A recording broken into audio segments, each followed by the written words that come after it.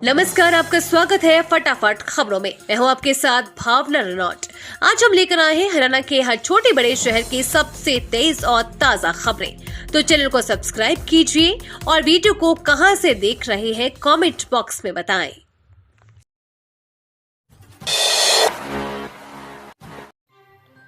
Vinesh Phogat India railway की नौकरी से इस्तीफा, कांग्रेस की टिकट पर लड़ेगी चुनाव।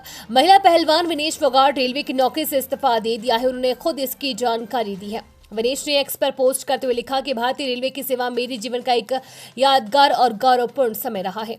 जीवन के इस मोड़ पर मैंने स्वयं को रेलवे सेवा से पृथक करने का निर्णय लेते हुए अपना त्याग पत्र भारतीय रेलवे के सक्षम अधिकारियों को सौंप दिया है। राष्ट्र की सेवा में रेलवे द्वारा मुझे दिए गए इस अवसर के लिए मैं भारतीय रेलवे परिवार की सदैव आभारी रहूंगी। हरियाणा में पंजाब से अम्मा ने भरी हुंकार, भाजपा पर बोला हमला, कहा लोग मौका देते देते थक गए। हरियाणा विधानसभा चुनाव को लेकर अभी पार्टियों की तैयारी जारी है। आम आदमी पार्टी भी लगातार चुनाव प्रचार में लगी हुई है। इस कड़ी में पंजाब के मुख्यमंत्री भगवंत मान भी चुनाव प्रचार और प्रसार करने पहुंचे। शुक्रवार को सीएम मान ने कलायत में आपकी बदलाव जनसभा को संबोधित किया। इस दौरान उन्होंने भाजपा पर हमला करते हुए हरियाणा के लोगों से बड़े बड़े वादे भी किए। हरियाणा में एक्टिव रहेगा मानसून, 3 जिलों में तेज बारिश का अलर्ट। 24 घंटे में हिसार में हुई 31 mm बरसात।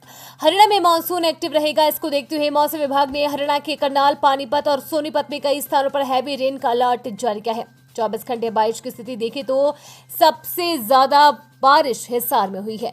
यहां 31 mm तक बारिश रिकॉर्ड की गई है। मौसम विशेषज्ञों का कहना है कि मानसून टर्फ उत्तर की तरफ सामान्य स्थिति में आने से मानसूनी बारिश की गतिविधियों में पिछले 3 दिनों से लगातार बढ़ोतरी देखने को मिल रही है। पूर्व मंत्री कर्णदेव का फूटा गुस्सा, बोले भाजपा ने गद्दार को दी टिकट, मनोहर पर आरोप। हरियाणा विधानसभा चुनाव के लिए भाजपा की तरफ से 67 उम्मीदवारों की घोषणा के बाद टिकट न मिलने से नाराज नेता बगावत पर उतर आए हैं।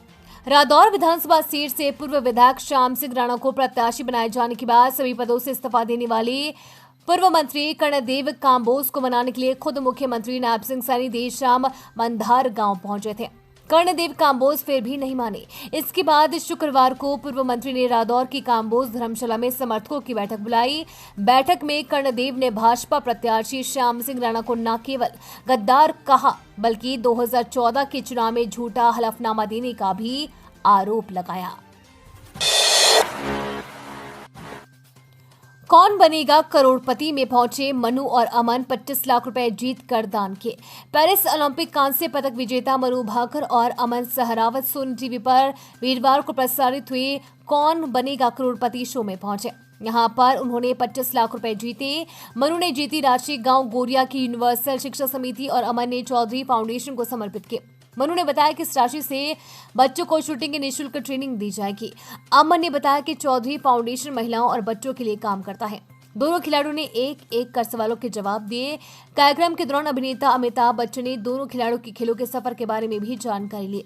कार्यक्रम में मनु भाकर ने अमिताभ बच्चन की फिल्म मोहब्बतें का डायलॉग भी खुद सुनाया। परंपरा, प्रतिष्ठा और अनुशासन हमारे इस गुरुकुल के 3 स्तंभ है। इन तीनों के आधार पर हम तुम्हारा आगे आने वाले कल बता सकते हैं। इस पर मौजूद दर्शकों ने तालियां बजाकर मनु का हौसला बढ़ाया। भाजपा प्रदेश कार्यकारिणी सदस्य संजय छोकर ने दिया इस्तीफा, समाखला से निर्दलीय लड़ेंगे चुनाव। हरियाणा विधानसभा चुनाव की पहली सूची जारी होने के बाद भाजपा में नाराजगी का दौर जारी है।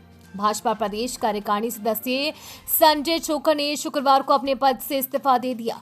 छोकर ने समाखला विधानसभा सीट से निर्दलीय चुनाव लड़ने का ऐलान किया है। भाजपा ने समाखला सीट से पूर्व मंत्री करतार भड़ाना के बेटे मनमोहन भड़ाना को टिकट दिया है, जिस पर संजय छोकर असंतुष्ट नजर आए। उन्होंने पार्टी के इस फैसले से नाराज होकर इस्तीफा दिया और निर्दलीय चुनाव लड़ने का निर्णय लिया है। 5 साल में दुष्यंत की बड़ी करोड़ों की संपत्ति, जानी अब कितनी दौलत है चौटाला के पास।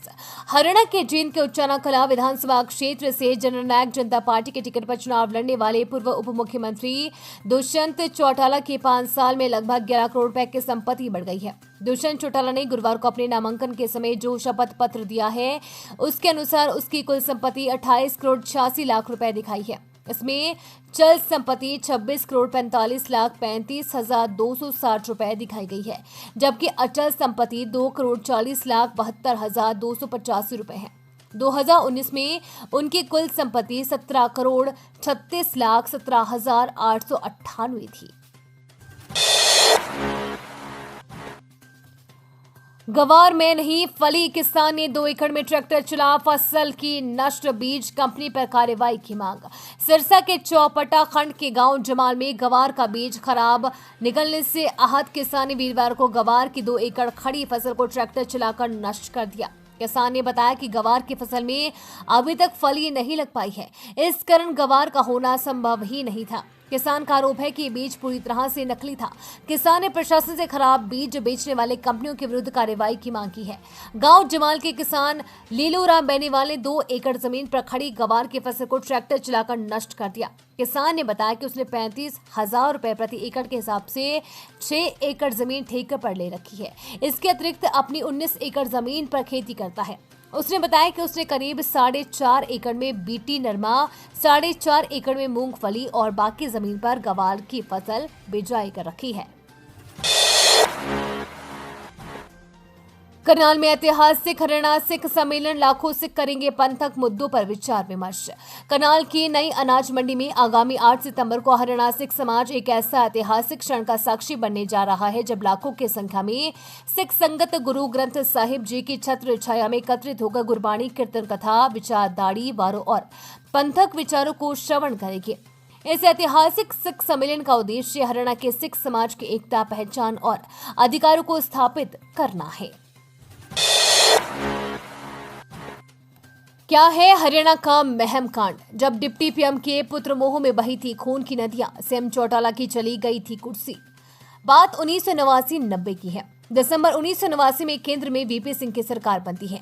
चौधरी देवीलाल हरियाणा के मुख्यमंत्री पद से इस्तीफा देकर उस सरकार में उप प्रधानमंत्री बनाए जाते हैं।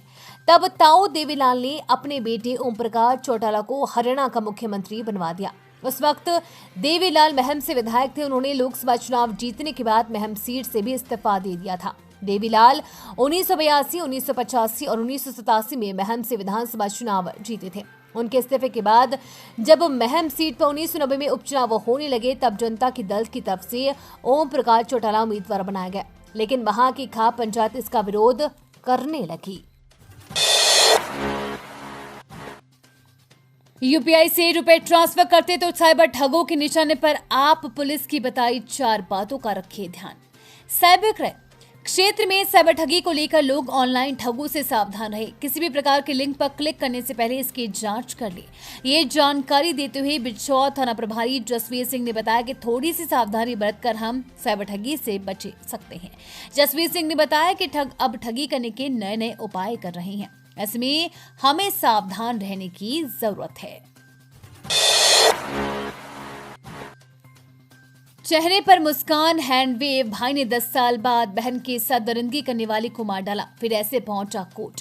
पंजाब के कपूरथला में 28 अगस्त की रात गांव विशनपुर जट्टा कपूरथला के नजदीक एक व्यक्ति का शव लहूलुहान अवस्था में शव मिला था। मृतक की पहचान ओंकार सिंह के रूप में हुई है, जिसकी तेजधार हथियारों से हमला कर हत्या कर दी गई थी।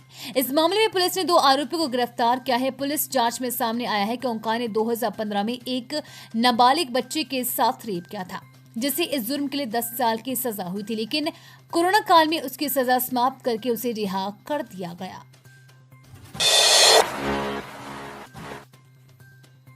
राजस्थान से शराब ला रहे 5 आरोपी गिरफ्तार, पुलिस को मिली थी सूचना।